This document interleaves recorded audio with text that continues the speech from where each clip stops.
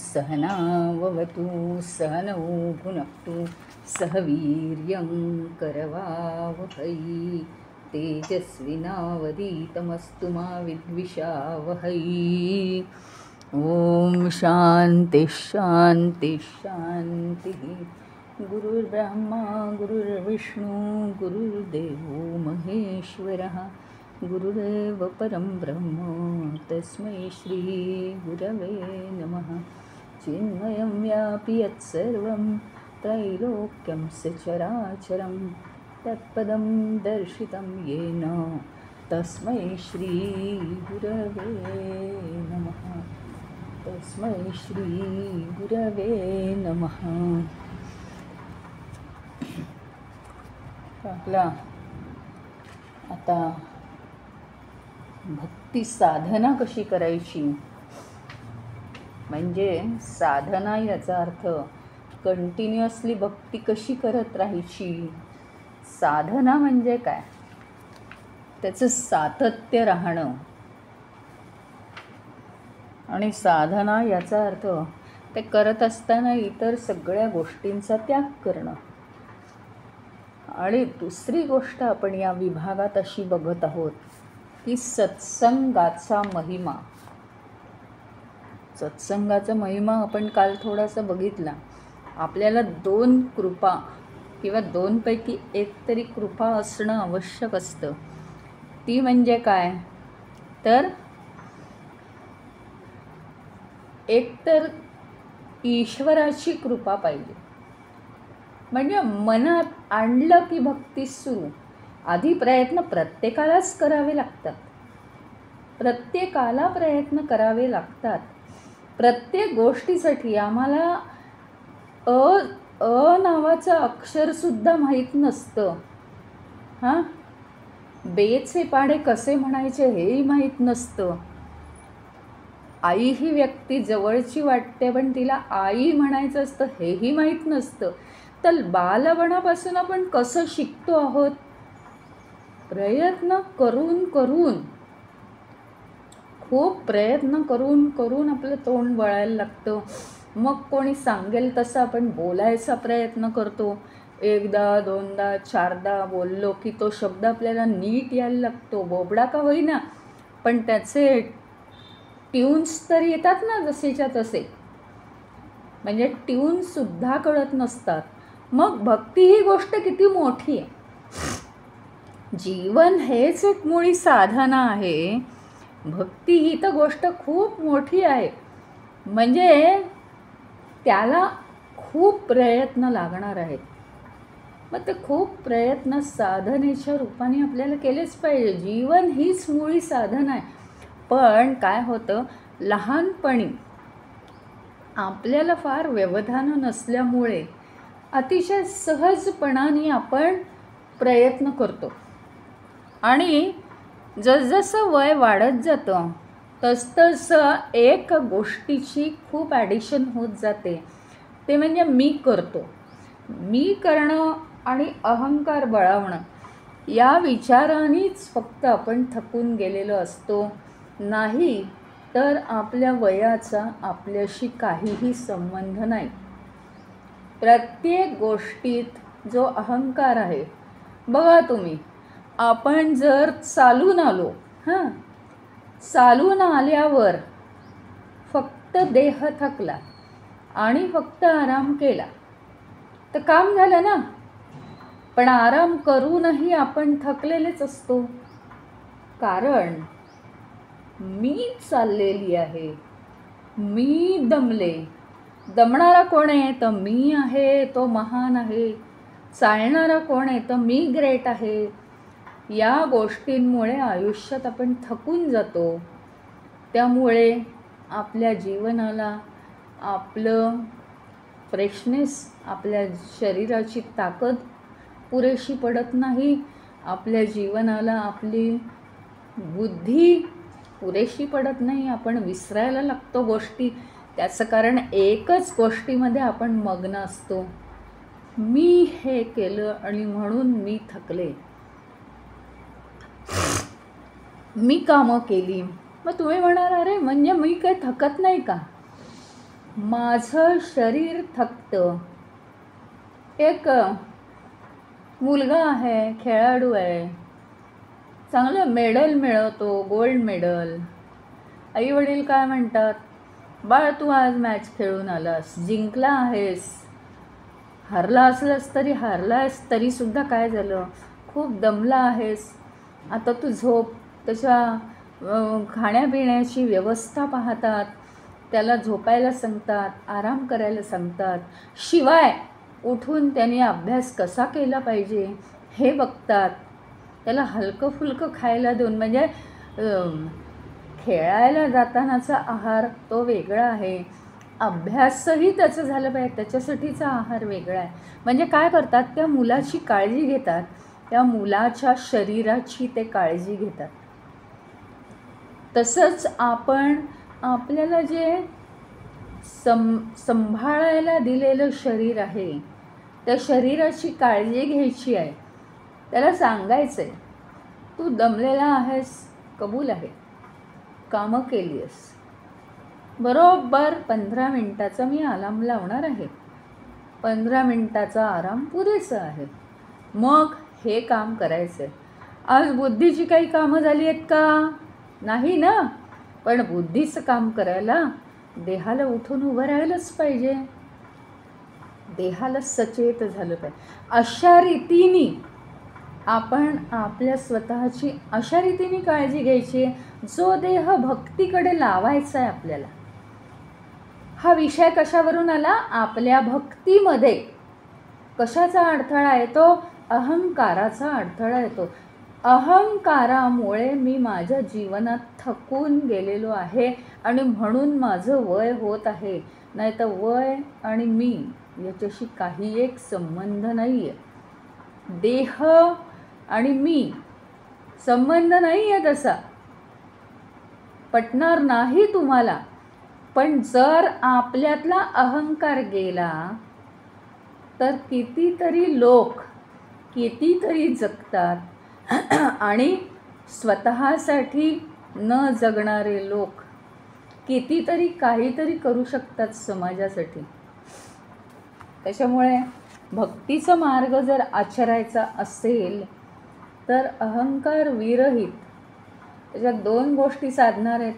आपल्याला साधना करायला अडथळा येणार नाही कधी. मी कधी थकत नसतो. देह थकला तर त्याला आराम द्यायचा आणि बाबा रे तुला माझ्या साधनेसाठी उठून बसायचं आहे, तुला स्थिर राहायचं आहे, तू हलू नकोस असं त्याला सांगायचं आणि बसवायचं. म्हणजे आपल्या ज्या कल्पना आहेत ना, कवी कल्पना, असं झालं की मी थकतो, तसं झालं की मी आराम करायला पाहिजे. तर आराम हा आवश्यक आहे, पण किती हे लिमिट. कारण आत्ता आपल्या जीवनातला आहे ना, निम्मा भाग आपल्या झोपेतच जातो आहे, निम्मा भाग झोपेत जातो आहे. जवळजवळ निम्मा का म्हणायचं तर दिवसातसुद्धा आराम किंवा इकडे तिकडे काम केलं, बसलं किंवा इकडे तिकडे वेळ वाया गेला, हा मिळून अर्धा वेळ वाया जातो आहे. अर्धा वेळ जो आपण करतो आहोत त्यात कर्ममार्ग आपल्याला आचरावाच लागतो आहे, त्याच्यातून काही आपल्याला उपाय नाही दुसरा. मग तुम्हाला भक्तीला किती वेळ मिळणार आहे? म्हणून बॅकग्राऊंडला भक्ती पाहिजे सतत, त्याच्यासाठी वेगळा वेळ काढता येणार नाही आपल्याला. तर ते काय म्हणतात, आपण 2 गोष्टी अनुभवल्या ना गेल्या वेळेस. भक्तीची साधना कशी होणार आहे आपल्याच्यानी? एकट्याचं काम नव्हे ते, तर आपल्यावर एकतर कृपा हवी भगवंताची. म्हणजे आधी प्रयत्न करायलाच पाहिजेत आणि नंतर आपसुकच कुणाला भक्ती लवकर साधेल, कुणाला भक्ती उशिरा साधेल, पण ती साधल्याशिवाय राहणार नाही. प्रत्येक गोष्टीची सवय व्हायला लागते आपल्याला. भगवंताची कृपा तर पाहिजेच आहे, पण भगवंताची कृपा सर्वांवरच असेल असं नाही. सर्वांवर भगवंताची कृपा असते हे एक सामान्य विधान केलं तर आता त्याला केव्हा असते ती सगळ्यांवर? जो परमेश्वराचं चिंतन करेल त्याच्यावर परमेश्वराची कृपा. आपण उदाहरण घेतलेलं आहे. आपलं कनेक्शन जर ईश्वराला जोडलेलं असेल तर बटन चालू करता क्षणी आपल्याला ईश्वराची भक्ती प्राप्त होणार आहे. कनेक्शन न लावता ती कधीच भक्ती प्राप्त होणार नाही. जर कनेक्शन लावलं नाही कुठलंही, मिक्सरचं कनेक्शन लावलं नाही, रेडिओचं कनेक्शन लावलं नाही, तर चालेल का ते? लाईटवर ते चालेल का? नाही चालणार.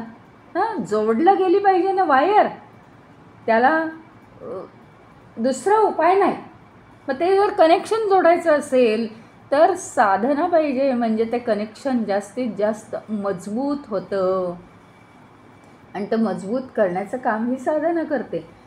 हा मार्ग नसेल साधत, आपण त्याही बाबतीत कच्चे आहोत. कनेक्शन जोडण्याच्या बाबतीत सारखी वायर लूज होते, लूज कनेक्शन आहे, आपला स्वभाव तसा आहे.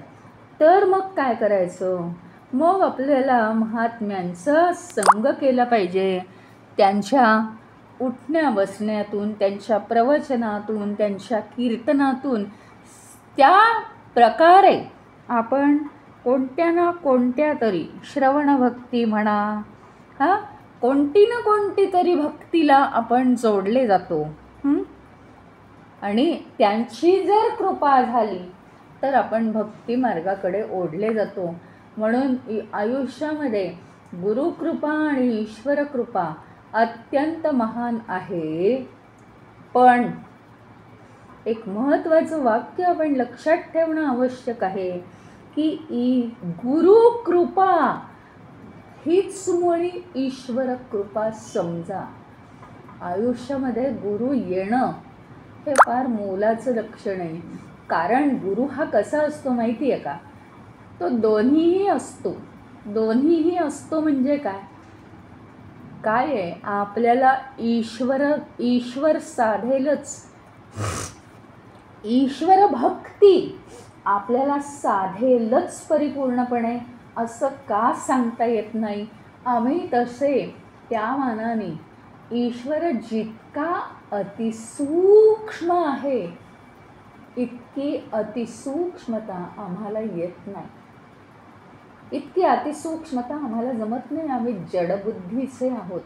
कितीही काही झालं तरी 12 वर्ष तप केलं आहे का? नाही केलं ना. मग कशी ती बुद्धी सूक्ष्म होणार? आणि आम्ही देहामध्ये गुंतलेलो आहोत, ज्याचा स्वभावच मुळी जडत्व आहे. अशा देहामध्ये आम्ही गुंतलेलो आहोत. मग आता मला सांगा की आम्हाला ईश्वराप्रत जाणं शक्य आहे का? आणि जायचा प्रयत्न केला तर तो अहंकार आम्हाला कुठे जाऊ देणार आहे का? तो धरून ठेवतो आमचा हात. मग तो अहंकारही ऑटोमॅटिक कसा पिघळतो? ईश्वराच्या जवळजवळ आपण कसे राहतो? ईश्वराकडे कसे आपण खेचले जातो ऑटोमॅटिकली? हे केवळ आणि केवळ गुरुच्या मार्गदर्शनाने. गुरुचं मार्गदर्शन हे अत्यंत मौल्यवान गोष्ट आहे. अत्यंत. नुसतं मार्गदर्शन, नुसते ज्ञानाचे 4 शब्द खडाखडा धडाधडा बोलणं असं नाही आहे. गुरुला तो कनवाळूपणा असतो. गुरु अत्यंत दयाळू मायाळू आहे. गुरुला वाटतं प्रत्येक मनुष्य जसं मी ईश्वराला प्राप्त करून घेतलं आहे तसं प्रत्येक मनुष्य ईश्वराप्रत पोचला पाहिजे. प्रत्येकाला ईश्वर भक्ती एवढी साधली पाहिजे. इतक्या शुद्ध भावनेचा गुरु असतो. आणि हे तर आहेच, म्हणजे शुद्ध भावना मनात असते. कोणी शत्रू नाही, कोणी मित्र नाही, तरीसुद्धा प्रत्येक जण परमेश्वर आहे आणि तो परमेश्वर बनून जावा ही त्याची तीव्र इच्छा. आणि तुम्ही मला सांगा, तुमच्या मनात प्रश्न आला असेल, त्याची इच्छा आहे, पण ते घडतं कसं? आपसूकच ते घडणारच. त्याचं कारण इतकी साधना अफाट असते. आपण मागेही कधी शिकलो आहोत दुसऱ्या कशातही, की ती साधना इतकी अफाट केल्यानंतर आपोआप बोनस म्हणून सिद्धी प्राप्त होतात. त्यातली एक महत्त्वाची सिद्धी आहे, त्या गुरुच्या मनामध्ये जे काही येतं ते तडीला जातं, पूर्णत्वाला जातं. त्याला जर वाटलं हा शिष्य अगदी खूपच पात्रतेचा आहे, याला हे जमायला पाहिजे, याला ईश्वर प्राप्त व्हायला पाहिजे, याने अजून अशा रीतीने प्रयत्न करायला पाहिजेत, आणि असं त्याच्या मनात आलं की शिष्य आपोआप त्या दिशेने चालायला लागतो. इतके गुरुची कृपा महान आहे.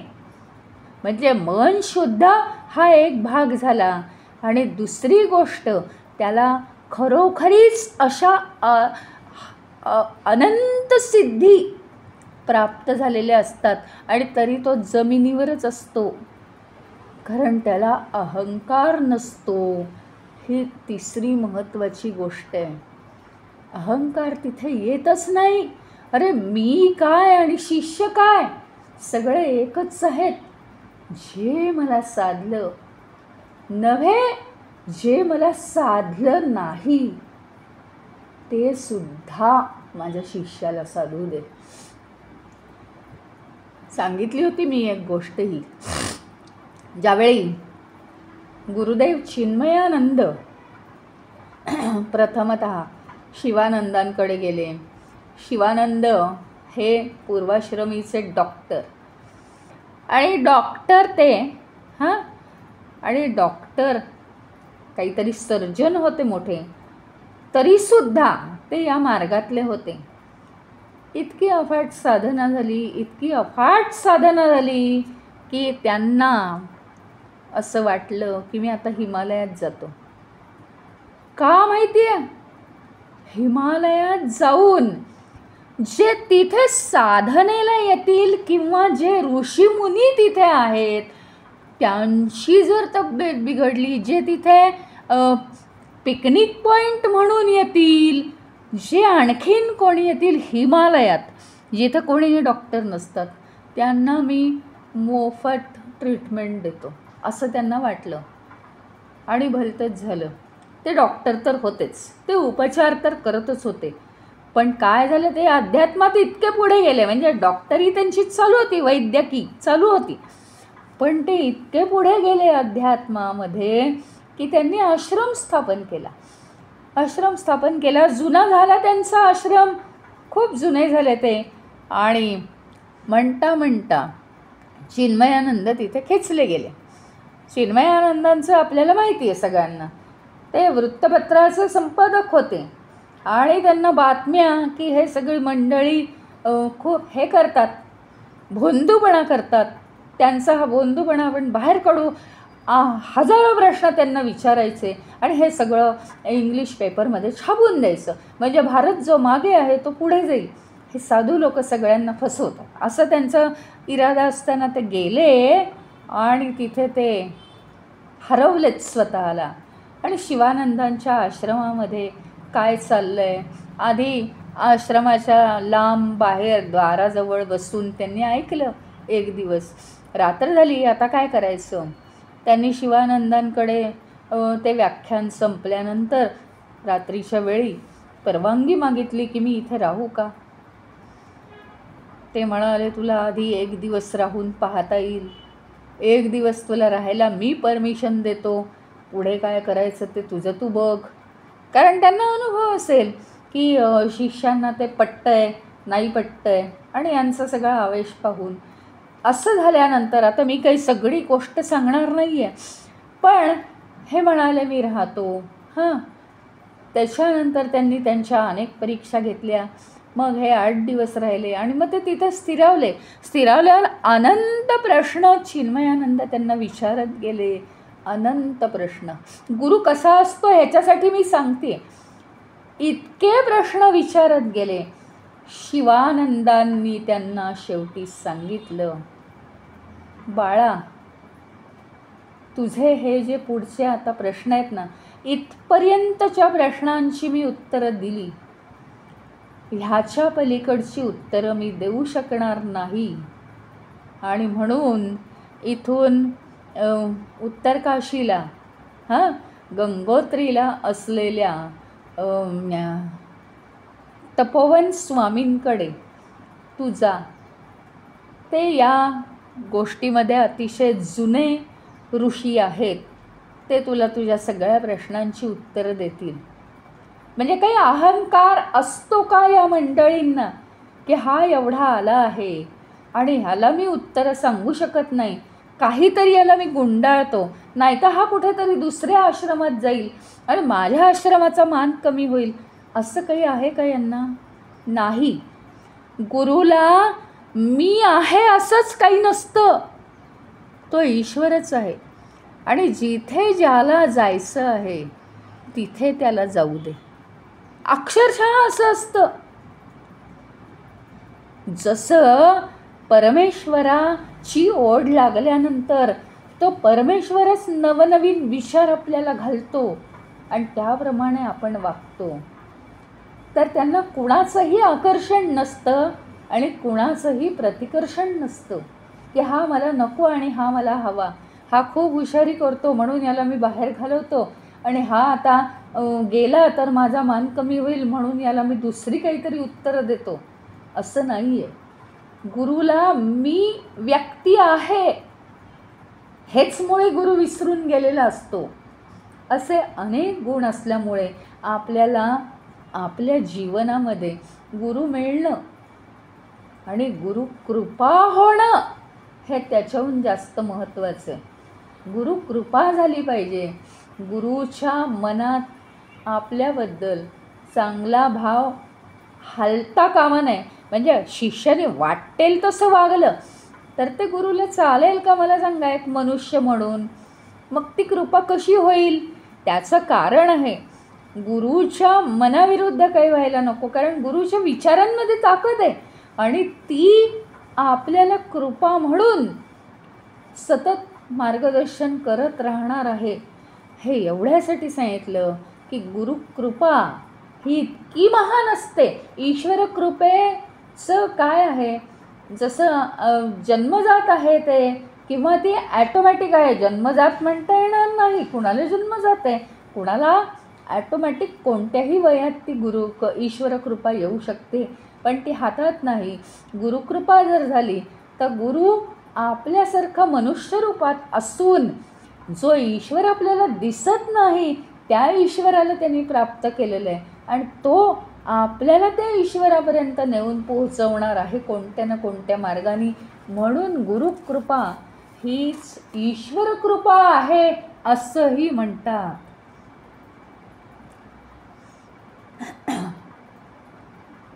अशा एकदम परिपूर्ण सिद्ध अशा संतांच्या आचार्यांच्या संगतीत आपण राहणं आणि त्यांच्याशी सतत सुसंवाद साधला पाहिजे. आपण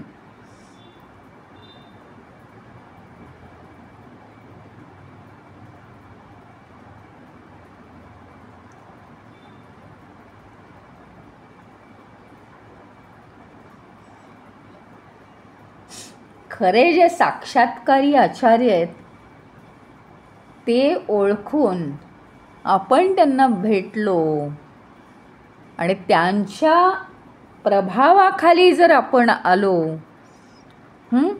तर त्यांच्यासारखे आपण तंतोतंत होऊ शकतो. काही काळ जावा लागेल पण त्यांच्यासारखे आपण तंतोतंत होऊ शकतो.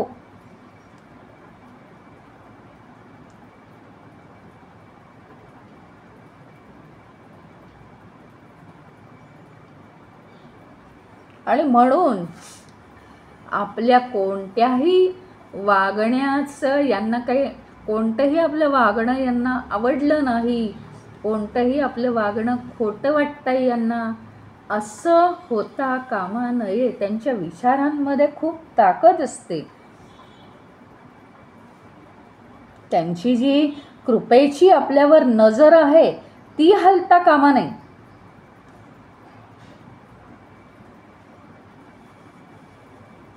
म्हणजे त्यांची जेवढी आज अंतःकरण शुद्धी आहे तेवढी आपली अंतःकरण शुद्धी झाल्याशिवाय आपल्याला त्यांची कृपा प्राप्त करता येत नाही.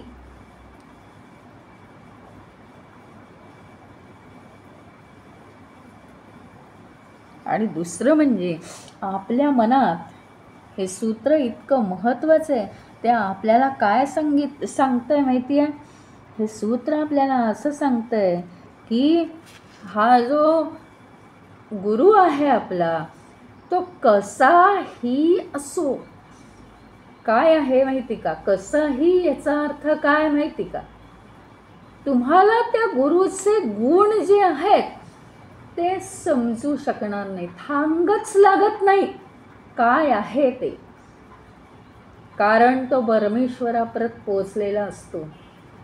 मग त्याचं रूप, त्याचा रंग, त्याचं बोलणं, त्याचं काहीही असो, ते कधी काही तुम्हाला वेगळं वाटेल, कधी चांगलं वाटेल आणि कधी तर तुम्ही कोड्यात पडाल.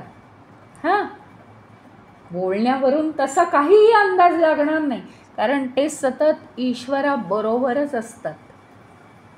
ईश्वर जे त्यांच्याकडून वदवतो तेच ते बोललं जातं त्यांच्याकडून. आपल्याला काय करायला पाहिजे? खूप महत्त्वाचा मुद्दा इथे दिला आहे की आपण ज्या वेळी गुरुसमोर जातो ना, तर हा गुरु नारायणाहून, श्रीरामाहून, शंकराहून काहीही वेगळा नाही आहे. तो परमेश्वरच आहे. जरी तो देहाच्या रूपात आपल्याला दिसत असला तरी तो परमेश्वरच आहे. हा जर भाव मनात असेल तरच ती कृपा आपल्या आतमध्ये उतरते त्याची, आणि तरच आपण ज्ञानप्राप्तीला पात्र ठरतो.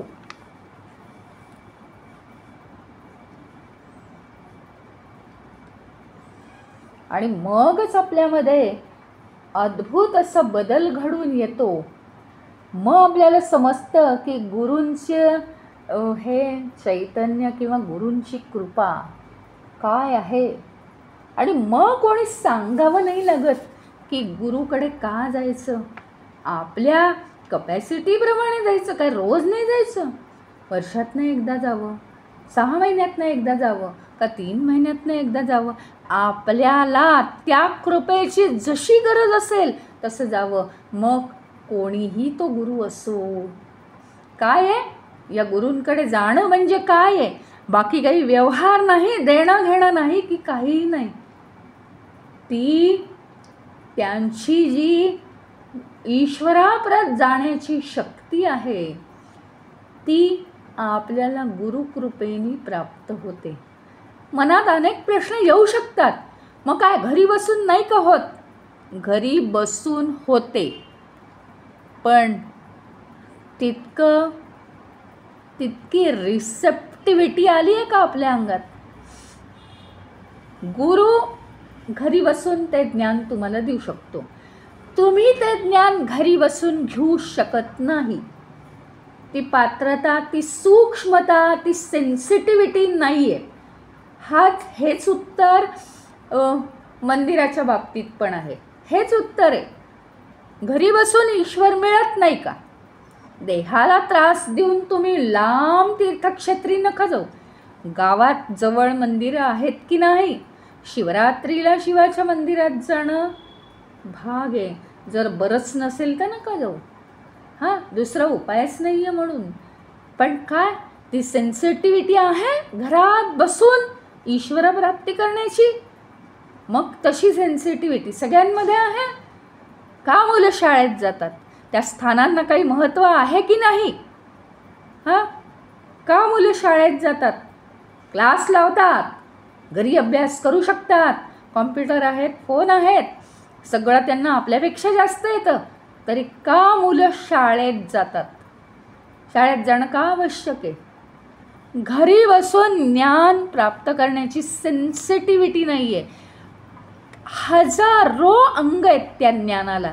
त्याचप्रमाणे परमेश्वर अतिसूक्ष्म आहे.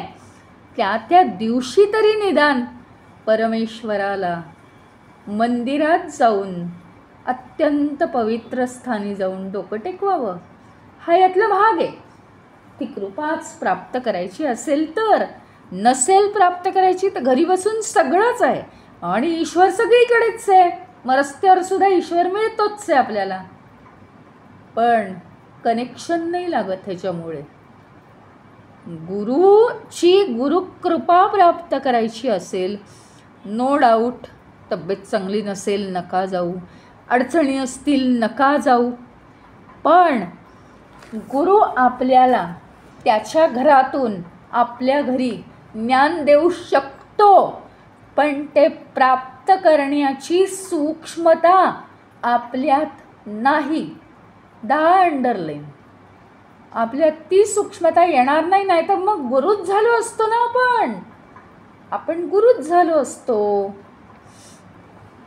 त्यामुळे कधीतरी गुरुकडे जावं आणि त्याच्या सानिध्यात राहावं, म्हणजे ती कृपा आपल्यावर सतत होत राहते.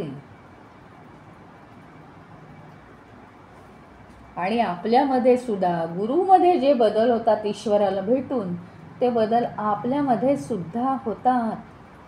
चैतन्य पूर्ण बदल झालेले दिसतात.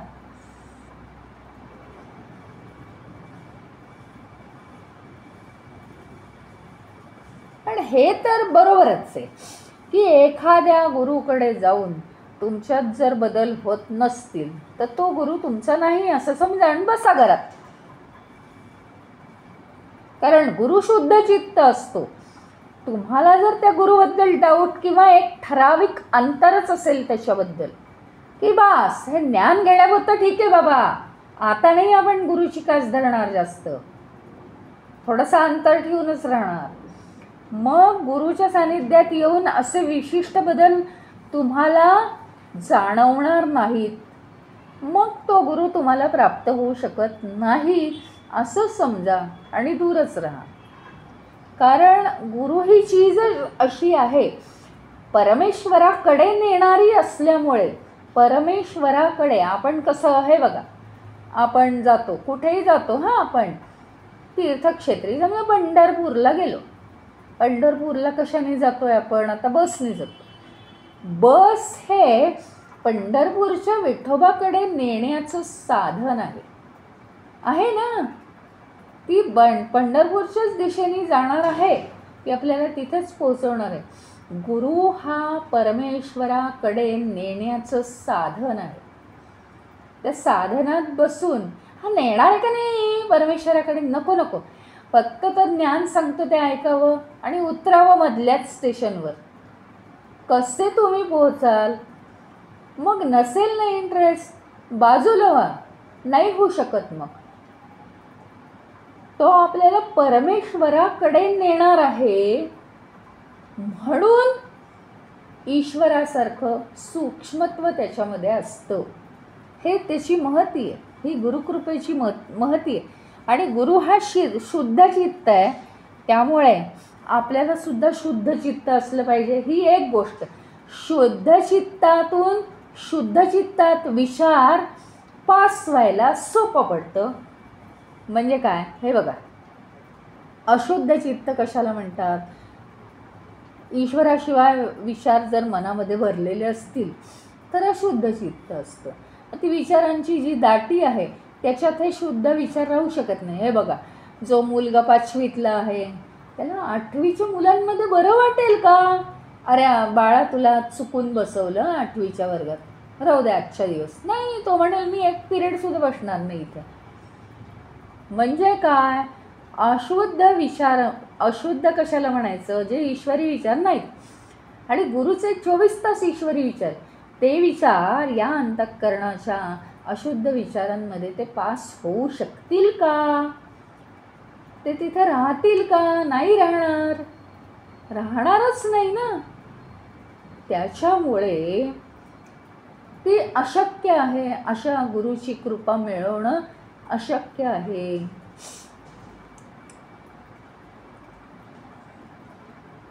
मग त्याच्यामुळे आपण दूर राहिलेलं बरं. आपल्याला जर शुद्ध चित्त व्हायचं नसेल, आपली वेळ नाही आली असं समजायचं आणि दूर राहायचं. आपल्याला जर वाटत असेल की शुद्ध मनाने जावं गुरुकडे, तर जायचं. आणि याच्यावर एक ठाम विश्वास पाहिजे की गुरु हा, गुरुच्या बरोबर सतत ईश्वरच आहे, दुसरं कोणी नाही आहे.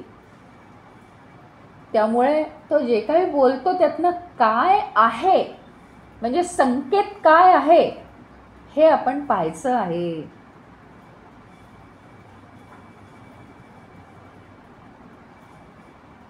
आणि जे खरे महात्मे असतात त्यांचा नेहमी साधनेचा उपयोग हा खऱ्या तळमळणाऱ्या, ईश्वरासाठी तळमळणाऱ्या साधकांना होतोच.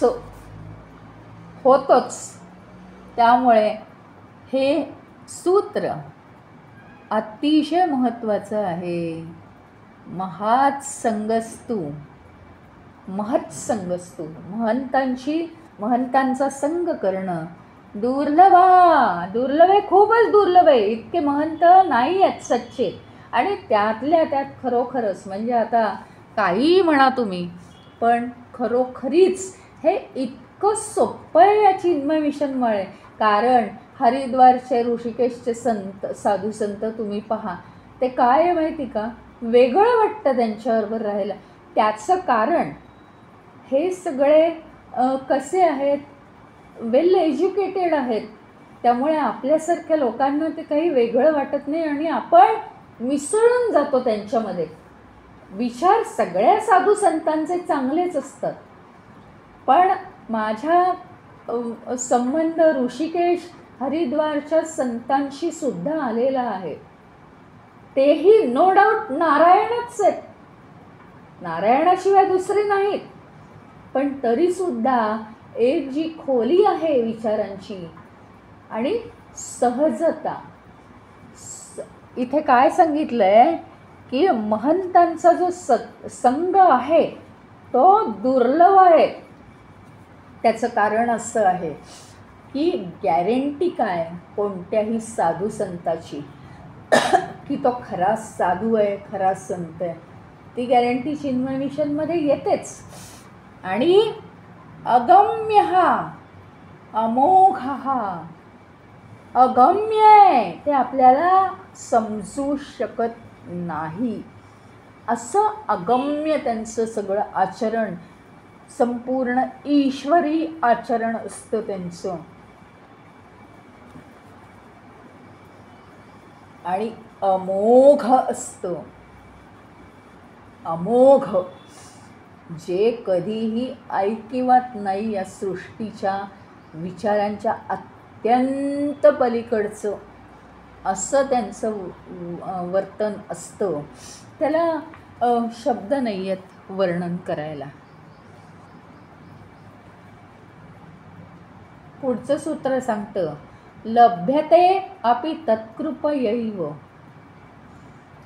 म्हणजे तत्कृपया एव, त्यांच्या कृपेनीच आपल्याला काय होतं, म्हणजे तत् हे कोणाला म्हटलंय माहिती का, ईश्वराला. आता मगाच्या सूत्रात मी एक महत्त्वाचं वाक्य वापरलं होतं की ईश्वराच्या कृपेनीच आपल्याला सगळं काही प्राप्त होतं. पण ईश्वराची कृपा नसेल, म्हणजे ईश्वराशी कनेक्शन आम्हाला साधता येत नसेल, तर गुरुची कृपा.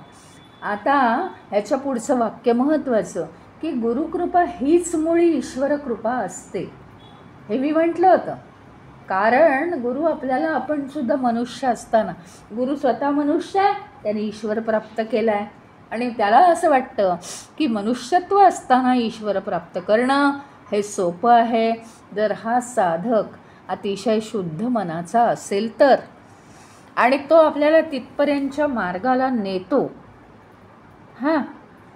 तर हे जे सूत्र सांगताय तत् कृपया एव, खरं सांगू का, गुरु हा ईश्वरापर्यंत पोचलेला आहे आणि गुरुच्या सानिध्यात जे जे येतात गुरुवर ईश्वर इतका प्रेम करतो, इतका प्रेम करतो की गुरु ज्या शिष्यावर प्रेम करतो त्या शिष्यावर ईश्वर सुद्धा प्रेम करतो. खोटं वाटेल तुम्हाला, खरी गोष्ट आहे. आणि म्हणून तत्कृपया एव, केवळ त्या, तत् म्हणजे तो भगवंत, त्या भगवंताच्या कृपेनेच गुरु आपल्यावर कृपा करतो. म्हणजे सगळं इतकं हे आहे, एकमेकांवर अवलंबून आहे. आपल्याला माहिती आहे काय काय झालं, आपलं ईश्वर कृपा पाहिजे. ईश्वर कृपा नसेल आपल्याला ते सारखं कनेक्शन जोडता येत नाही, काहीतरी गेल्या जन्मीचं कमी पडतं आहे. मग गुरुकृपा पाहिजे. मग गुरुकृपा हीच ईश्वर कृपा आहे, कारण गुरु आपल्याला ईश्वरापर्यंत नेऊन पोचवतो. आता त्याच्या पलीकडची स्टेज आलेली आहे. आता गुरु भेटल्यानंतर गुरु जे आपल्याला ज्ञान देतो ना तेही ईश्वर कृपेनीच देतो. म्हणजे काय आहे, गुरु म्हणतो मी काहीच नाही केलं, गुरुचं त्या ईश्वरावर इतकं प्रेम आहे. गुरु हा ईश्वरच बनलेला आहे.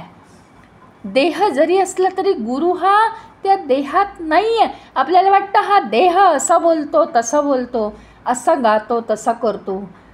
गुरु त्या देहात नाही आहे, त्याच्यापासून अलिप्त आहे तो, आणि तो ईश्वरच बनलेला आहे. त्याच्यामुळे गुरुच्या सानिध्यात जे जे शिष्य येतात, साधक येतात, जी जी माणसं येतात, गुरुचं परमेश्वरावर प्रेम आहे. गुरु हा परमेश्वराचा बालक आहे, अत्यंत स्नेहपूर्ण बालक. त्या बालकावर परमेश्वराचं इतकं प्रेम आहे की हे बालकाचे सगळे सवंगडी आहेत, ह्यांच्यावर सुद्धा तो प्रेम करतो बालकाप्रमाणे. आणि म्हणून ईश्वराच्या कृपेनीच आपल्याला गुरु मिळतो, गुरु साधतो, गुरु कृपा करतो आपल्यावर. हे कोणी कधी सांगेल का हो नारदांशिवाय? नारदांनी हे भक्तिसूत्रात सांगितलेलं आहे. खरोखरी इतक्या सूक्ष्म गोष्टी आहेत. म्हणजे गुरुला सुद्धा आपण किती जपल्या पाहिजेत त्याच्या छोट्या छोट्या गोष्टी. नुसता देखावा गुरु पुढे अजिबात उपयोगाचा नाही. काही माणसाला काही बोलता येत नसेल आणि तो चुप्प बसला, गुरुजी मला काही बोलता येत नाही आहे, तरीसुद्धा गुरुला समजतं काय मनात आहे, कसं मन आहे, तुमच्या मनात काय काय चाललेलं आहे. आरशासारखं स्वच्छ दिसतं गुरुला. गुरुची ती दृष्टीच तेवढी शुद्ध आहे. सगळीकडे त्याला भगवंत दिसतो आणि प्रत्येकाच्या मनातलं त्याला आरपार कळतं. गुरुशी खोटं बोलणं महाकठीण असतं. तुम्हाला वाटत असेल तेवढ्यापुरतं तेवढं की आपण हे असं सांगितलं तसं सांगितलं, तसं शक्य नसतं गुरुला सांगणं. सगळं जाणून असतो गुरु. आणि तो म्हणतो भोळा भाबडा आहे हा, खोटं बोलला, बिचाऱ्यानी भक्तीचा लांबचा मार्ग आचरला आहे. तो काही करू शकत नाही ना तुम्ही जर असं केलं तर. कारण मार्ग कसा आहे, सडेतोड आहे. तुम्ही जर पूर्णपणे शुद्ध अंतःकरणाचे असाल तर गुरु मात्र पूर्ण 100% कृपा करू शकतो. आणि त्याच्यात जर काही काळवेरं असेल तर गुरु नाही काही करू शकत. त्याचं कारण प्रत्येक गोष्टीला हे प्रतिक्रिया किंवा परिणाम हे आहेच ना. त्याच्यामुळे आपल्यावर खूप अवलंबून असतं. पण गुरुची कृपा ही भगवंताच्या कृपेनीच आपल्याला प्राप्त होते.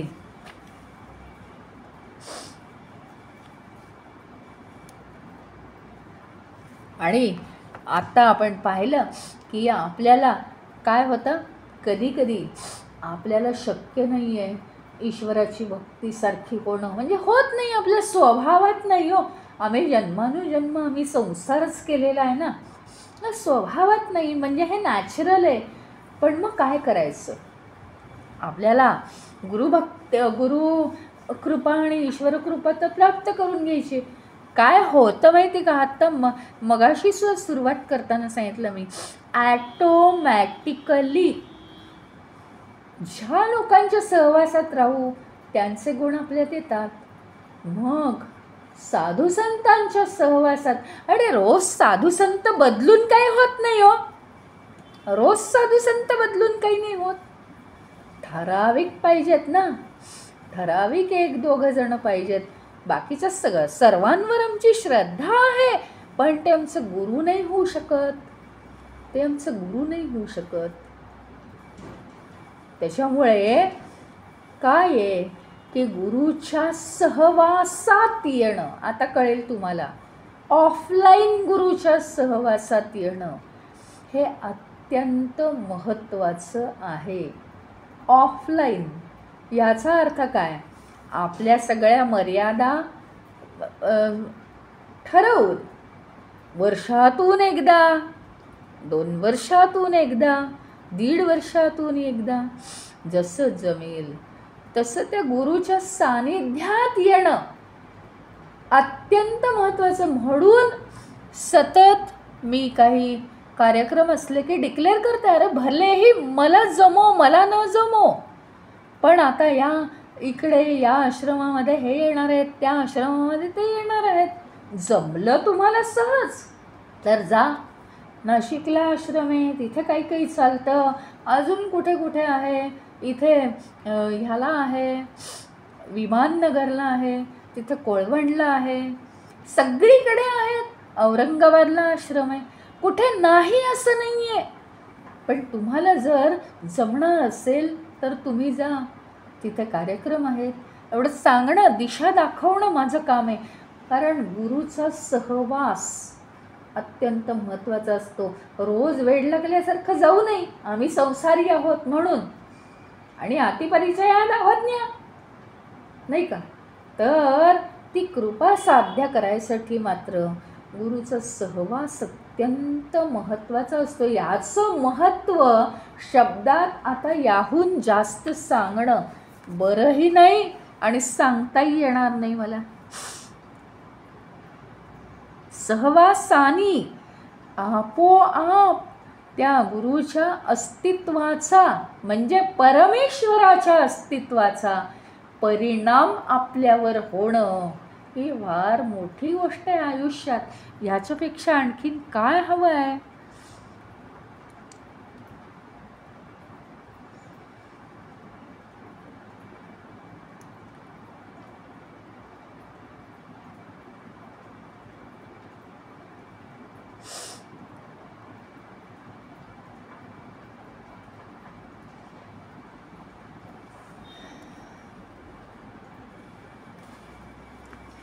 एक आहे काय आहे आता मला, म्हणजे थोडंसं आठवतं आहे, ते मंत्र नाही आठवत आहे कठोपनिषदातला, पण कठोपनिषदात हे वारंवार 2-3 वेळा आलेलं आहे की जो त्या परमात्म्याचा शोध घेतो, शोध लावायला जातो, त्याचा शोध करत राहतो, त्यालाच तो प्राप्त होणार आहे.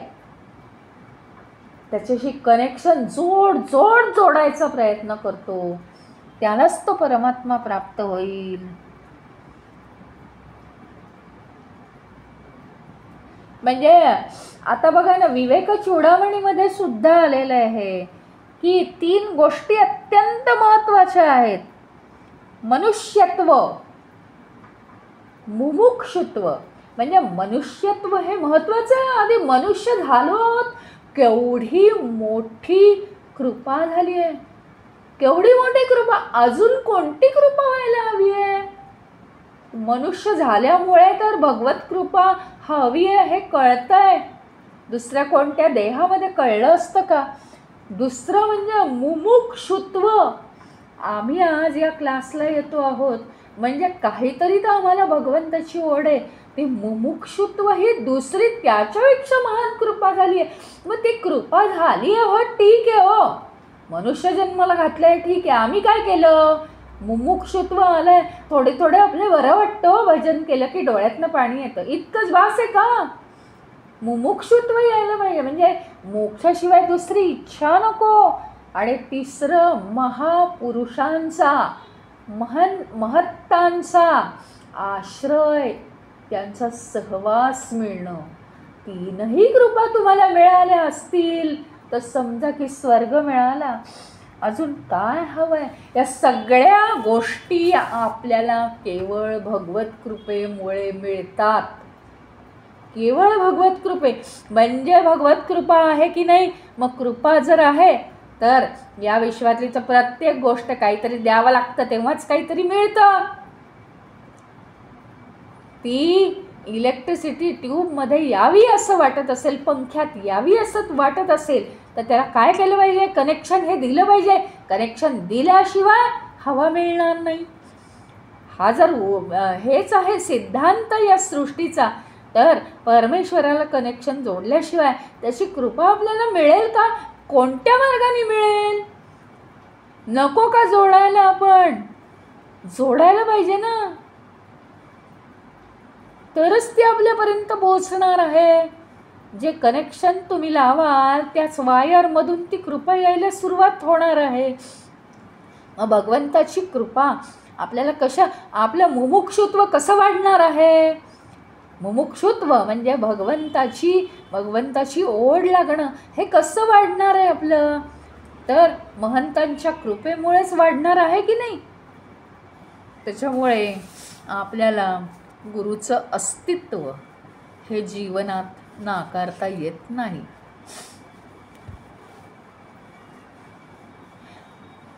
अत्यंत महत्त्वाची 2 सूत्र पाहिली आपण.